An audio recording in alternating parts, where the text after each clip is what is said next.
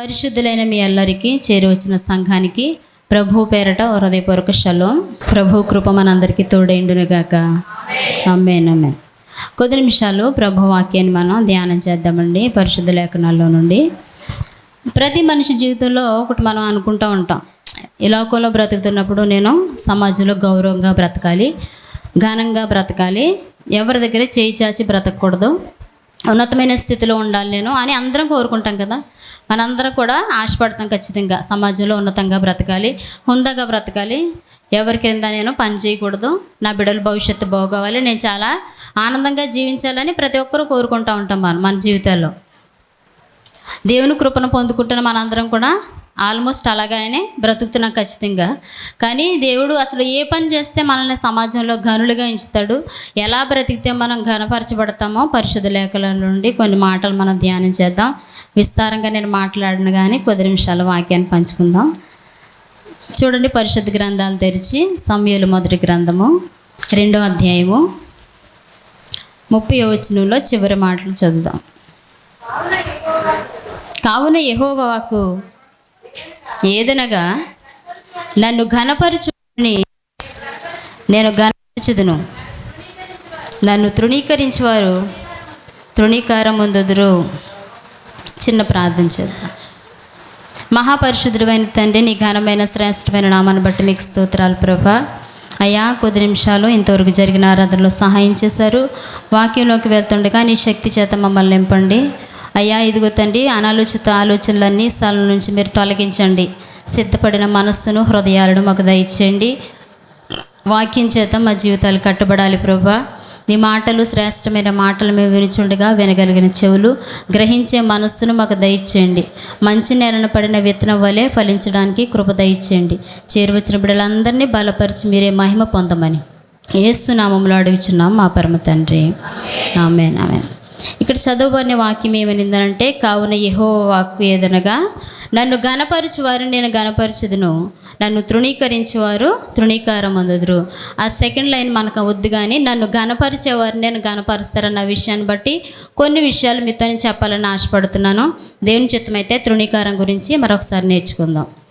నన్ను ఘనపరిచే వారిని నేను ఘనపరుస్తానని అంటున్నాడు. ఈ సందర్భం ఏ సందర్భంలో ఈ మాట రాయబడిందని అంటే, ఏలీ కుమారులు చెడిపోయిన స్థితిలో ఉన్నారండి. ఏలీ కుమారులు, యాజకుడైన ఏలీ కుమారులు చెడిన స్థితిలో ఉండి మందిరానికి వచ్చే స్త్రీలను పాడు చేసి అసహ్యంగా మందిరాన్ని పాడు చేస్తూ ఉన్నారు. యాజకునికి ఇవ్వాల్సిన వంతును బలవంతంగా మేము తీసేసుకుంటామని మనం ఆ 2వ అధ్యాయం మొదటి నుంచి అన్నీ చదువుకుంటే అవన్నీ కనబడతాయండి. ఆ సందర్భంలో దైవజనుని పంపించి దేవుడు ఏలీతో మాట్లాడుతున్న మాటలు అన్నమాట. మనం 29వ వచనం చదివితే, నా నివాస స్థలమునకు నేను నిర్ణయించిన బలి నైవేద్యములను మీరు ఎలా తృణీకరించుచున్నారు? మిమ్మును కొవ్వబెట్టుకుంటకై నా జనులకు ఇశ్రాయేలీయులు చేయు నైవేద్యంలో శ్రేష్ఠ భాగములను పట్టుకొనుచు నాకంటే నీ కుమారులను నీవు గొప్ప చేయుచున్నావు అని అక్కడ దేవుడు చెప్తున్నట్లుగా దైవజనుడు ఏలీ దగ్గరకు వచ్చి మాట్లాడుతూ ఉన్నాడు అనమాట. నీ కుమారులు నేను గొప్ప చేస్తున్నావు, నేను ఐగుప్తులోంచి దాస్యత్వంలోంచి నీ బిడ్డలు నేను రప్పించాను, కానీ నీ బిడ్డలు చెడిన స్థితిలో ఉంటే నాకంటే వారిని గనులుగా నువ్వు ఎంచుతున్నావని దేవాది దేవుడు చెప్తూ ఆ మాటలు చెప్తూ ఈ మాట రాస్తున్నాడు అన్నమాట. నన్ను ఘనపరిస్తేనే నేను ఘనపరుస్తాను అని. మనం అసలు ఏ విధంగా ఘనపరచాలని, ఘనపరచడం అంటే ఏంటి, అసలు మనం ఏ విధంగా ఘనపరచబడితే దీవించబడతామన్న మాటలో కొన్ని విషయాలు, ఒక 5 విషయాలు మీతో పంచుకుని ప్రభు వాక్యాన్ని మనం ముగించుకుందాం. మొట్టమొదటిగా, నన్ను ఘనపరిచేవారిని నేను ఘనపరుస్తానంటే దేనితో మనల్ని ఘనపరచాలంటే దేవుణ్ణి, మనకున్న సమయంతో దేవుణ్ణి ఘనపరచాలి. మనకున్న సమయంతో ప్రభుని ఘనపరచగలిగితే ఖచ్చితంగా దేవుడు మనల్ని ఘనపరుస్తాడండి. ఆయన మాట ఇచ్చిన వాడు నెరవేర్చే దేవుడు అండి, మాట తప్పే దేవుడు కాదు. ఖచ్చితంగా ఇక్కడ ఖచ్చితంగా రాయించాడు ఆయన, నన్ను ఘనపరిస్తేనే నిన్ను నేను ఘనపరుస్తానని. ఆయనకి ఘనతకి మనం కారణకులు కాకుండా ఉంటే మనం ఎలా ఘనపరచబడతామండి? ఈ లోకంలో బ్రతుకుతున్నప్పుడు ఘనత కావాలి, నాకు బలం కావాలని మనం అనుకుంటూ ఉంటాం, కానీ సమయాన్ని మాత్రం దేవునికి ఇవ్వలేం. కొంతమంది చూడండి, ఇంట్లో గడిపే సమయానికంటే బయటే ఎక్కువ సమయాన్ని గడుపుతారు. భార్యతో గడపాల్సిన సమయాన్ని కూడా బయటే గడుపుతారు, భర్తతో గడపాల్సిన సమయాన్ని బయటే గడుపుతారు, బిడ్డలతో సమయాన్ని గడపాల్సిన సమయాన్ని కూడా బయటే గడుపుతారు, కుటుంబంతో గడపాల్సిన సమయాన్ని కూడా బయటే గడుపుతారు. ఇంట్లో ఉండేదానికంటే బయటే ఎక్కువ సమయాన్ని గడుపుతూ ఉంటారండి. మన మన ఈ లోకంలో బ్రతుకుతున్నప్పుడు మన జీవితంలో ఎలాగ బ్రతికినా పర్వాలేదు, కానీ దేవుని సమయాన్ని కూడా కొంతమంది దొంగిలించేస్తూ ఉంటారు. దేవుని సమయాన్ని కూడా వ్యర్థపరుస్తూ ఉంటారు.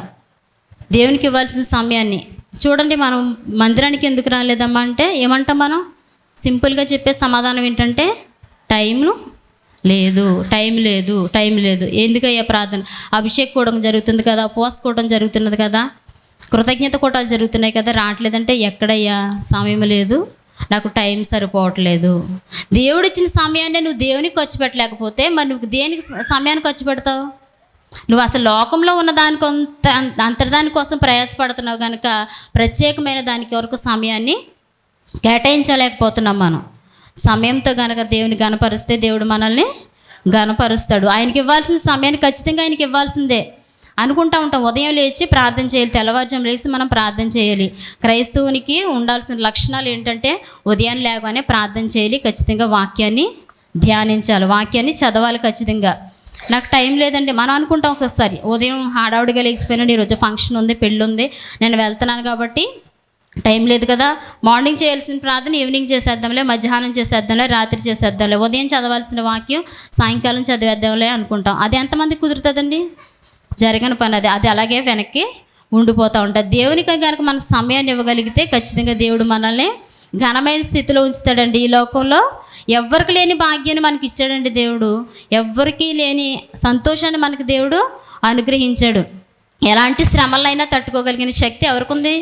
ఒక క్రైస్తవునికే ఉంది. ఎలాంటి శ్రమలు వచ్చినా మనకు ఒక నిరీక్షణ ఉంటుంది, దేవుడు నన్ను విడిచిపెట్టడు అని. అసలు అలాంటి సమయాన్ని కూడా దేవునికి ఇవ్వకుండా నువ్వు దొంగిలించేస్తే మరి దేవుడు నిన్ను గనులుగా ఎలాగించుతాడు? సమాజంలో నీకు ఘనత ఎక్కడి నుంచి వస్తుంది? ఒకవేళ మనుషులు నేను గణపరచొచ్చు, నీ దగ్గర అన్నీ ఉంటే దేవుడిని మనుషులు నిన్ను ఎలాగైనా గణపరుస్తారు. ఒకవేళ మన దగ్గర అన్నీ ఉన్నాయనుకోండి, ఆస్తి ఉందనుకో, మనల్ని గణపరుస్తారు, గనులుగా చూస్తారు. అది ఎంతకాలం నిలుస్తుంది?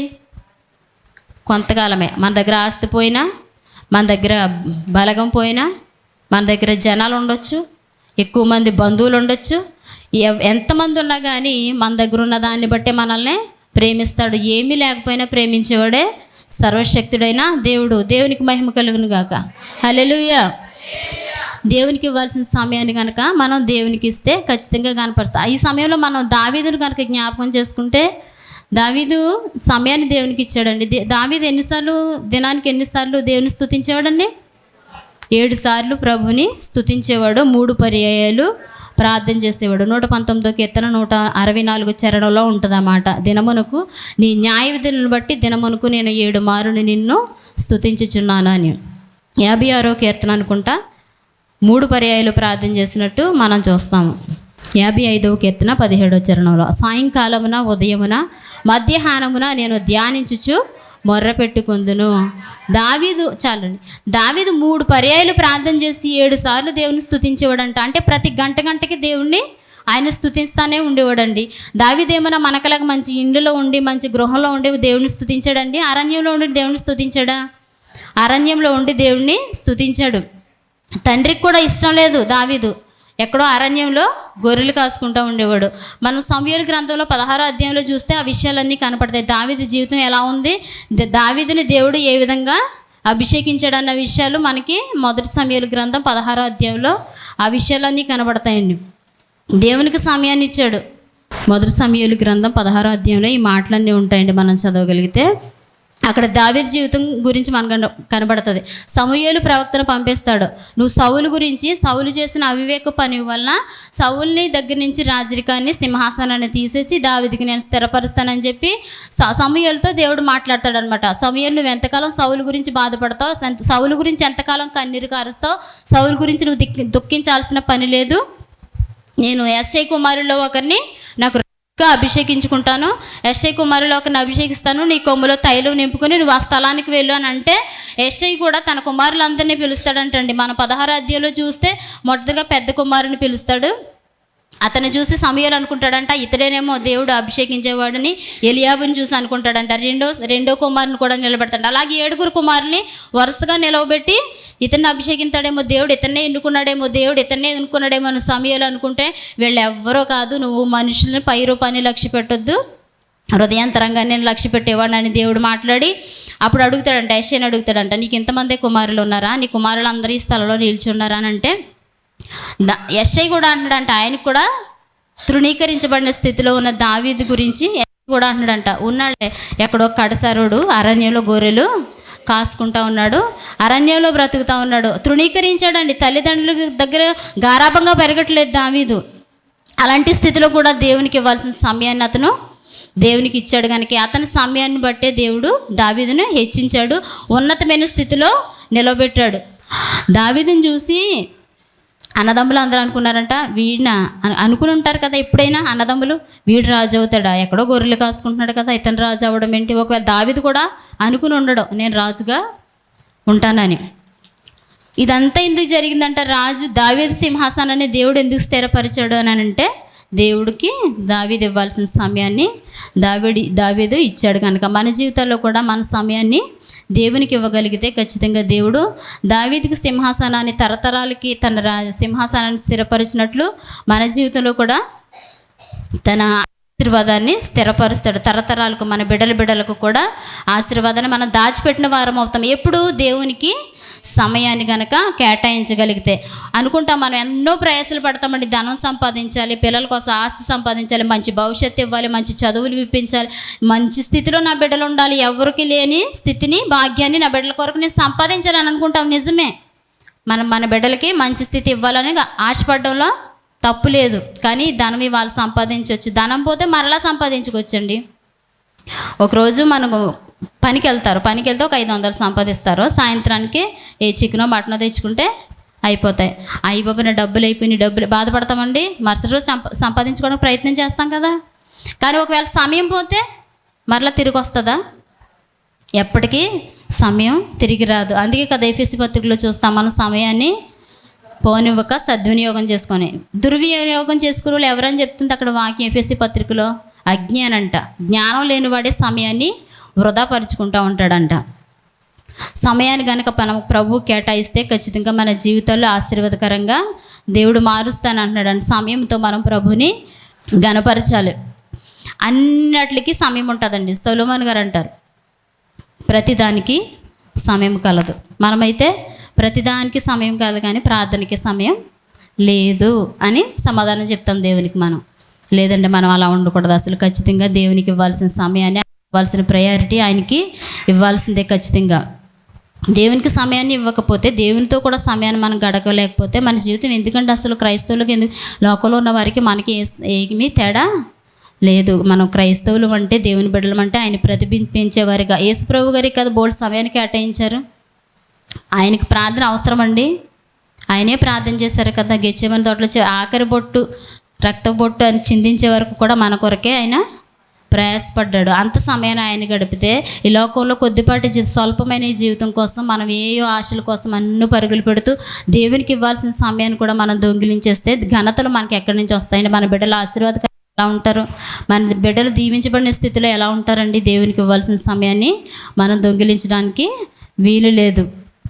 మనం ఖచ్చితంగా దేవునికి ఇవ్వాల్సిన సమయాన్ని ఇవ్వాలి. కొంతమంది చూడండి, కృతజ్ఞత కూటాలకి రారు, అభిషేక్ కూటాలకి రారు, ఒక చక్కని సమాధానం చెప్తారు. నాకు చాలా కోపం వచ్చేస్తుంది. మందిరానికి ఎందుకు రాలేదేమంటే మామూలుగా రాలేదంటారు. మామూలుగా రాకపోవడం ఏంటి? ఆ మామూలు అంటే ఏంటో అస్సలు అర్థం కాదు నాకు చాలా నిజంగా చాలా బాధేసేస్తుంది. మందిరానికి ఎందుకు రాలేదామంటే మామూలుగానే రాలేదండి. మామూలుగా ఎందుకు రావు? మామూలు అంటే ఏం మామూలు? ఒంట్లో బాగాలేదా? నీకు అన్నం లేదా? 10 రోజుల నుంచి భోజనం చేయట్లేదా? లేకపోతే ఇంట్లో సమాధానం లేదా? ఏమీ లేనప్పుడే కదా ప్రభు దగ్గరికి వచ్చి మనం స్తుతించాలి. అలాంటి సమాధానం మనం చెప్పడానికి వీలు లేదండి. దేవునికి ఇవ్వాల్సిన సమయాన్ని ఖచ్చితంగా దేవునితో గడపాల్సిందే. రెండవది చూస్తే మనకున్న తలాంతుతో ప్రభుని గణపరచాలి. మనకున్న తలాంతుతో అంటే తలాంత్ అంటే తెలుసంటే తెలుగులో ఏమంటారు? టాలెంట్. మనకున్న టాలెంట్తో దేవుణ్ణి ఘనపరచాలి. మరి ప్రతి మనిషి ఇద్దరు జీవితాలు ఒకలా ఉండవండి. మనం పోల్చుకుంటూ ఉంటాయా? ఒక తల్లి కడుపును పుట్టిన 5 అవని 10 మంది అవని 4 అవని ఇద్దరు జీవితాలు ఒకలాగా ఉండవు. ఇద్దరు ఆలోచనలు ఒకలాగా అస్సలు ఉండవు. అది అన్నదమ్ములే కావచ్చు, అక్క చెల్లెలే కావచ్చు, ఎవరైనా కావచ్చు, ఇద్దరు ఆలోచనలో ఒకే రకంగా మనం చూడం. అలాగే సంఘంలో ఉన్న మన అందరం ఒక్కొక్కరం అవయవంగా ఉన్నామంటండి దేవునికి. ఒక్కొక్క అవయవము, అన్ని అవయవాలు పనిచేస్తేనే కదా మన బాడీ ఇలా పనిచేస్తుంది. ఆయన అవయవాలుగా ఉన్నాం మనం. ఒక్కొక్కరికి ఒక పని వస్తుంది. ఒకరికి చక్కగా పాటలు పాడగలుగుతారు, ఒక్కొక్కరు చక్కగా పరిచర్య చేస్తారు, ఒక్కొక్కరు చక్కగా వంటలు చేస్తారు, ఒక్కొక్కరు చక్కగా ప్రభు దగ్గరికి అనేక మందిని నడిపిస్తారు. ఒక్కొక్కరికి చెప్పడం రాదండి, సువార్త ప్రకటించడానికి వెళ్ళినా మాట్లాడడం కొంతమందికి చేత కదా. అంటే అలా అన్నాను కదా అని చెప్పి మేము ఎవరం కాదు, కొంతమంది ఉన్నారేమో వాళ్ళే చెప్తారేమో దేవుని మాటలు అని అనుకోవద్దు. ఒక్కొక్కరికి దేవుడు ఒక ఆలోచన ఇస్తూ ఉంటాడు మనకున్న టాలెంట్ని బట్టి. నేను ఈ మధ్యకాలంలో ఒక చోటుకి వెళ్ళాము, అయ్యగారు నేను ఒకసారి ఒక చోటుకి వెళ్తే వాళ్ళు చెప్తున్నారనమాట, ఆ సంఘంలో ప్రతి నెల అస్తమాట ఏదో కార్యక్రమం చేస్తూ ఉంటారంట. స్త్రీల కూడుకులని, అవస్థల కూడుకులని, చంటిపిల్లల కార్యక్రమం, ఎన్ని కార్యక్రమాలు చేసినా కానీ మందిరంలో చాలామంది ఉన్నారంట, 100 మంది 150 మంది విశ్వాసులు ఉన్నారు, కానీ ఎవరికి వంట చేయడం రాదంట. మాకు రాదు అంటున్నారంట. వంట చేయడం రాదనంటే ఒక సంఘ పెద్దకి మనసులో బాధ కలిగి, చాలా వేదన కలిగి, దేవుని పని చేయడానికి వంట రాదంటున్నారు, ఇంట్లో వంటలు చేసుకోవట్లేదా వీళ్ళని చెప్పి ఆయన వంట మేస్త్రి కూడా వెళ్ళి వంట నేర్చుకుని చర్చిలో వంటలు చేసేవాడంటండి. అలా ఆయన బిడ్డలను దేవుడు ఉన్నతమైన స్థితిలో ఉంచాడండి. ఇదేదో నేను సరదాగా చెప్పట్లేదు, కానీ మనం నేర్చుకోవడానికి ఉపయోగపడుతుందని చెప్తా ఉన్నాను. కానీ మన సంఘంలో ఉన్న మీరందరూ అలా కాదు, ఖచ్చితంగా దేవుని పని చేస్తారు. మిమ్మల్ని అందరినీ దేవుడు బహుగా దీవించునుగాక. ఆమేన్. హల్లెలూయా, హల్లెలూయా. ఎవరి సామర్థ్యం కొలిది దేవుడు ఆ పనిని అప్పగిస్తాడండి. మొయ్యలేని బరువు ఎత్తితే మనం మొయ్యలేం కదా. నీ సామర్థ్యం కొలితే నీకు పని ఉంటుంది, ఏ పనైనా చెయ్యి. మందిరాన్ని తొడవచ్చు, బరకాలు వేయచ్చు, కుర్చీలు సర్దొచ్చు. మందిరంలో ఏ బోల్డ్ పని ఉందండి, ఏ పనైనా చేయొచ్చు. నేను ఈ పనే చేయాలి కదా, ఇంకొకరితో పోల్చుకోవద్దు. ఆమె పాటలు పాడుతుంది కాబట్టి ఆమెలో నేను పాడలేకపోతున్నాను, ఆమెలో నేను బైబిల్ చదవలేకపోతున్నాను, ఆమెలో నేను వంటలు చేయలేకపోతున్నాను, ఆమెలో పరిచర్య చేయలేకపోతున్నాను అని ఎవరితోనూ పోల్చుకోవద్దు. ఖచ్చితంగా దేవుడు నీకున్న టాలెంట్ని నీకు ఇస్తాడు, నీకున్న తలంతుని దేవుడు నీకు ఇస్తాడు. మత్తయి సువార్తలో 25వ అధ్యాయంలో మనం చూస్తే చూడండి, ఒక చక్కని ఉపమానం ఉంటుంది అక్కడ. దేశాంతరం వెళ్తూ యజమాని తలాంతులు ఇస్తాడంట ముగ్గురికి. ఒకరికి 5 తలాంతులు, ఒకరికి 2 తలాంతులు, ఒకరికి 1 తలాంతు ఇచ్చి 14వ వచనం నుండి 30వ వచనం వరకు అవన్నీ రాసి ఉంటాయి.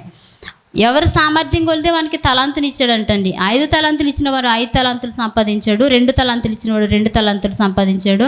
1 తలాంతు ఇచ్చినవాడు ఏమంటున్నాడంట, నువ్వు విత్తని చోట కోయేవాడవును, చల్లని చోట పంట కూర్చుకుంటావు కదా, నువ్వు కఠినుడు కదా, అందుకే నీకు భయపడి నేను భూమిలో దాన్ని దాచిపెట్టేశాను అంటున్నాడంట. దాచిపెట్టిన వాడిని చూసి దేవుడు అంటున్నాడు కదా, భలా నమ్మకమైన మంచి దాసుడా అన్నాడా? లేదు, నీకున్న సామర్థ్యాన్ని, నీకున్న పనిని నువ్వు దాచుకోవడానికి వీల్లేదు. ఖచ్చితంగా దేవుని కొరకు ఉపయోగించాల్సిందే నీకు ఇచ్చిన శక్తిని. అలా 5 తలాంతులు ఇచ్చిన వాడిని 2 తలాంతులు ఇచ్చేవాడిని చూసేయమంటున్నాడు దేవుడు, బలా నమ్మకమైన మంచి దాసుడా, నీ యజమాని సంతోషంలో నువ్వు పాలు పొందుతావు.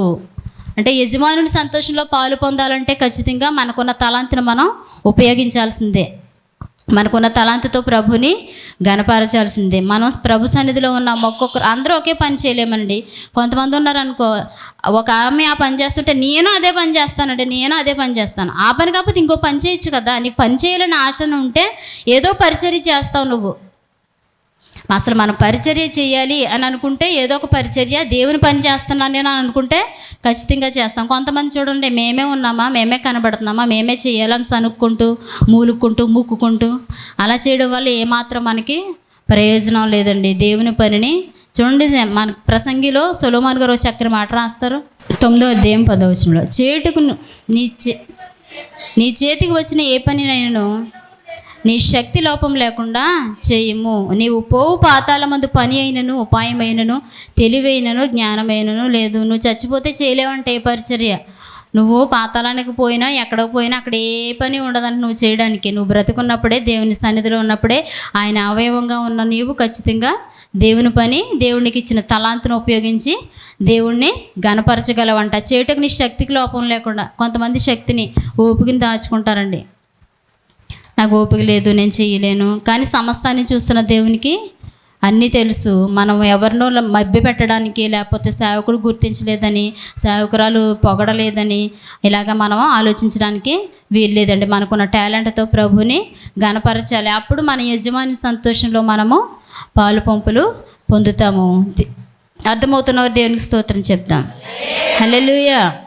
మొట్టమొదటిగా దేవునికి మన సమయాన్ని ఇచ్చి ప్రభుని గణపరచాలి. రెండవది మనకున్న తలంతు, మనకున్న టాలెంట్ను ఉపయోగించి ప్రభుని గణపరచాలి. అది ఏ పైనైనా సరే సిగ్గుపడొద్దు. దేవుని మందిరంలో పని చేయడానికి, పరిచర్య చేయడానికి మనం సిగ్గుపడాల్సిన పని లేదండి. మనం ప్రభువుకు చేస్తున్నాం. మనుషులకు చేసినట్లు మీరు చేయొద్దని ప్రభు అంటారు. దేవునికి చేసినట్లే మనము పరిచర్య చేయాలి. లేకపోతే ఎవరో చూస్తారు, ఎవరో పొగడాలు, ఈ లోకంలో నాకు చప్పట్లు కావాలి, ఈ లోకంలో నాకు ఘనత కావాలి, ఈ లోకంలో నన్ను ఎవరో గుర్తించాలని మాత్రం మనం పని చేయకూడదండి. దేవాతి దేవునికే చేస్తున్నట్లు మనం పని చేయాలి. మూడోది చూస్తే మనం దేహంతో దేవుణ్ణి గణపరచాలంట. ఏంటంటే దేహముతో దేవుణ్ణి గణపరచాలి, మహిమపరచాలి. 1 కొరింథీ పత్రికలో చూడండి 6వ అధ్యాయము 18వ వచనంలో ఒక మాట ఉంటుంది. 1 కొరింథీ పత్రిక 6వ అధ్యాయము 19వ వచనం. మీ దేహము దేవుని వలన మీకు అనుగ్రహింపబడి మీలో ఉన్న పరిశుద్ధాత్మకు ఆలయమై ఉన్నదని మీరు ఎరుగరా? మీరు మీ సొత్తు కారు, విలువ పెట్టి కొనబడిన వారు గనుక మీ దేహముతో దేవుని మహిమపరచుడి. ఇక్కడ ఏమని చెప్తుందంటే దేహముతో ప్రభువుని గణపరచాలంటే మీ దేహము దేవుని వలన, ఈ దేహము మనకి దేవుని వలన అనుగ్రహింపబడిందంటండి. మన దేహము దేవునికి ఆలయమై ఉందంట. ఆలయాన్ని ఒక చోట రాస్తారు. ఎవరైనా నా ఆలయాన్ని పాడు చేస్తే నేను వారిని పాడు చేస్తాను. దేవుడు ఊరుకునేవాడు కాదంటండి. ఈ దేహముగా, ఈ ఆలయంగా ఉన్న ఈ దేహాన్ని ఒకవేళ నీ దేహాన్ని నువ్వు పాడు చేసుకున్నా, ఎదుటి వారి దేహం పాడు చేయడానికి నువ్వు ప్రయత్నం చేసిన దేవుడు విడిచిపెట్టేవాడు కాదండి. దేహంతో మనం ప్రభుని గణపరచాలి. దేహంతో మనము ప్రభుని స్తుతించాలి. దేహంతో కనపరచడం ఏంటి? మందిరానికి వస్తున్నాం కదండి, దేహంతోనే వస్తున్నాం కదండి, బాడీ ఇంటి దగ్గర పెట్టి మేము రాలేం కదండి, స్తుతిస్తున్నాం కదండి అనడానికి కాదు. కానీ దేహంతో ప్రభుని స్తుతించడం అంటే నీ క్రియలు, నీ పనులు, నువ్వు ఏ స్థలానికి వెళ్తున్నావు, ఎక్కడ ఉంటున్నావు, దేవునికి మహిమకరంగా బ్రతుకుతున్నావా, నువ్వు ఎలా జీవిస్తున్నావా అన్న దాన్ని బట్టి ఈ మాట నేను చెప్తా ఉన్నాను. దేహంతో మనం ప్రభుని గణపరచాలి. యెషయా 43వ అధ్యాయం 7వ వచనంలో కూడా ఒక మాట ఉంటుందండి. నా మహిమ నిమిత్తమే నేను మిమ్మల్ని సృజించానని. యెషయా గ్రంథము 43వ అధ్యాయం 7వ వచనంలో నా మహిమ నిమిత్తము నేను సృజించిన వారిని. చాలరా, నా మహిమ నిమిత్తం. ఎవరి మహిమ నిమిత్తం అని సృజించాడంట మనల్ని? దేవుని మహిమ నిమిత్తమే మనల్ని సృజించాడంట. ఆయన నామం మహిమపరచబడ్డానికే మనం బ్రతుకుతూ ఉన్నామంట. మనం విలువ పెట్టి కొనబడిన వారం అంటండి. కొరింథీ పత్రిక 9వ అధ్యాయము, 1 కొరింథీ పత్రిక 9వ అధ్యాయం 27వ వచనంలో కూడా ఉంటుంది. విలువ పెట్టి కొనబడిన వారు కనుక మీరు మనుషులకు దాసులు కాకుడి. ఈ దేహంతో మనం ప్రభుని గణపరచాలి. విలువ పెట్టి కొనబడ్డామంట. మనుషులకి దాసులు మనం కాకూడదంట. మనం మనుషులకి దాసులుగా ఉండకూడదంట. దేహంతో ప్రభుని కనపరచడం అంటే మన గురించి ఎవరైనా ఒక మంచి సాక్ష్యం చెప్పాలి. మన మందిరానికి వెళ్తుంది రా, పలాని సహోదరి మందిరానికి వెళ్తుంది, చక్కగా పాటలు పాడుతుంది, తన వస్త్రధారణ బాగుంటుంది, చక్కగా మాట్లాడుతుంది, చక్కగా తనతో మాట్లాడితే ఇంకా మాట్లాడాలనిపిస్తుంది, మంచి ఆత్మీయంగా మాట్లాడుతుంది, ఎంతో దేవుని కనుపరిచే విధంగా ఆమె మాటలు ఉంటాయి, ఎంతో ఆదరణతో కూడిన మాటలు ఆమె నోటి వెంట వస్తాయిరా అని చెప్పి మనల గురించి దేవుని నామాన్ని మహిమపరచాలంట. మనల్ని చూసి దేవుణ్ణి దూషించేవారిగా ఉండకూడదంట. ఎందుకురా మందిరానికి వెళ్తుంది, మేము మందిరానికి వెళ్తుంది, కానీ ఆమె నోరు తెరిస్తే అన్నీ ఆడకూడని మాటలే మాట్లాడుతుంది, పలకూడని మాటలే పలుకుతుందని మన గురించి ఎవరు చెప్పకూడదంట. చక్కగా మందిరానికి వస్తాం, మందిరానికి వచ్చిన మరుసటి రోజే చక్కగా ఫంక్షన్కి వెళ్తాం. మందిరానికి వెళ్ళినప్పుడు నువ్వు ఎలా ఉంటున్నావు, ఫంక్షన్కి వెళ్ళినప్పుడు నువ్వు ఎలా ఉంటున్నావు? సమాజంలో ఉన్న అన్యులైన వారు అందరం మనల్ని గమనించరండి. అక్కడికి వెళ్ళిన తర్వాత ఏమంటారు, ఈమె మందిరానికి వెళ్తుంది కదా, ఈమె ప్రార్థన చేస్తుంది కదా, చక్కగా పాటలు పాడుతుంది కదా, నేను విన్నాను కదా, ఈమెంటి ఇలా ప్రవర్తిస్తుంది, ఫంక్షన్లోని ఇలా గంతులేస్తుంది ఏంటి అని మన గురించి ఎవరు చెప్పకూడదండి. మంచి సాక్ష్యాన్ని మనం పొందుకోవాలి. మన సాక్ష్యాన్ని మనం కోల్పోకూడదు. దేహంతో ప్రభువుని స్తుతించడం అంటే అదే. నా నోరండి నా ఇష్టం అండి, నా కాళ్ళండి నేను కాళ్ళు నా శరీరం చెప్పిన చోటకల్లా నేను వెళ్తానండి, నా చేతులండి నా ఇష్టం అండి, ఏది చేయమంటే చేస్తానండి, నా కళ్ళండి నా ఇష్టం, ఏది చూడొద్దంటే అదే చూస్తానండి, నా ఇష్టానుసారంగా నేను బ్రతుకుతానండి అని అంటే దేహంతో ప్రభుని స్తుతిస్తున్నట్ట. మన దేహంతో ప్రభుని స్తుతించడం అంటే నీ శరీరంలో ఉన్న ప్రతి అవయవం ద్వారా కూడా దేవునికి మహిమ కలగాలి, దేవునికి మాత్రమే ఘనత రావాలి. ఆ విధంగా మనం ప్రభుని గణపరచాలి. పౌలు గారు అంటారు కదా ఎఫెసీ సంఘంతో అనుకుంటా, నా శరీరాన్ని నేను నలగొట్టుకుంటున్నాను, లోపరుచుకుంటున్నాను. అన్నిటికంటే మనకి బద్ధ శత్రువులు ఎవరైనా ఉన్నారంటే ఎవరో తెలుసా మీకు? మన శరీరమే అందరికంటే పెద్ద శత్రువు అనమాట మనకి. అలా వెళ్ళొద్దని చెప్తుంది, మనసు చెప్తుంది. నువ్వు ప్రభుని నమ్ముకున్నావు కదా, దేవునిలో నీ భక్తి చేస్తున్నావు కదా, విశ్వాసంలో కొనసాగుతున్నావు కదా, పలానా చోటకి నువ్వు వెళ్ళకూడదని చెప్తుంది, నీ మనసు నీతో చెప్తుంది. కానీ కాళ్ళు నడుచుకుంటా వెళ్ళిపోతాయి. అలా వెళ్తే దేవునికి మహిమ కలుగుతుందండి. కంట్రోల్ చేసుకోవాలి. శరీరం కంట్రోల్కి మనం వెళ్ళడం కాదు, కానీ దాన్ని మనం కంట్రోల్ చేయగలగాలి. శరీరాన్ని నలగొట్టుకోవాలి. సాతాను తంత్రాలు మీరు ఎరగని వారు కాదు అంటారు పౌలు గారు ఒక చోట. సాతాను తంత్రాలన్నీ మనకు తెలుసు. ఏ స్థలానికి వెళ్తే మనం దేవునికి అవమానకరంగా బ్రతుకుతామో మనకు తెలుసు. అయినా కానీ శరీరం నిన్ను అక్కడికే లాక్కెళ్తూ ఉంటుంది. అలా కాదండి, దేహంతో విలువ పెట్టి కొనబడ్డావు. నువ్వు ఊరికనే వచ్చి ఇక్కడ కూర్చోలేదు, ఏదో సరదాగా కాలక్షేపానికి వచ్చి ఇక్కడ కూర్చోలేదు. విలువ పెట్టి ఆయన రక్తాన్ని చిందించి మనందరి కొరకు ప్రాణం పెట్టాడు కనుక ఆయన ఉచితమైన ప్రేమ చెప్పిన మనం ఈ స్థలంలో ప్రభుని స్తుతిస్తున్నామంటే. అలాంటి నీ దేహం దేవునికి ఆలయంగా ఉంది. అలాంటి ఆలయాన్ని పాడు చేస్తా ఆయన ఊరుకొని అంటున్నాడు, వాణ్ణి నేను పాడు చేస్తాను అంటున్నాడు. దేవుడు మనం క్రైస్తవులుగా ఉన్నప్పుడు వాక్యం ఏం చెప్పిందో ఒక క్రమాన్ని దేవుడు పెట్టాడు. ఆ క్రమంలోనూ మనం బ్రతికితే ఆశీర్వదింపబడతాం. ఆ క్రమంలో మనం ఉంటేనే దీవించబడతాం. మన ఇష్టానుసారంగా మనం బ్రతికితే దీవించబడండి. దేహంతో ప్రభుని ఘనపరచాలి. అప్పుడు మనల్ని ఈ లోకంలో దేవుడు ఘనపరుస్తారు. మొదటిగా సమయంతో ప్రభుని ఘనపరచాలి. రెండోది మనకున్న తలాంతుతో ప్రభుని ఘనపరచాలి. మూడోది దేహముతో దేవుణ్ణి ఘనపరచాలి. అర్థమైతే బిగ్గరగా దేవుని స్తోత్రం చేద్దాం. హల్లెలూయా, హల్లెలూయా.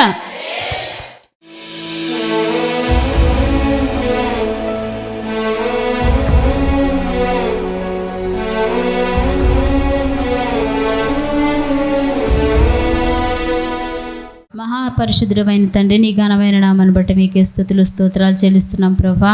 నాయన ఇదిగో తండ్రి, ఇంతవరకు మాతో మీరు మాట్లాడారు నాయన, అందుని బట్టి నీకు స్తోత్రాలు.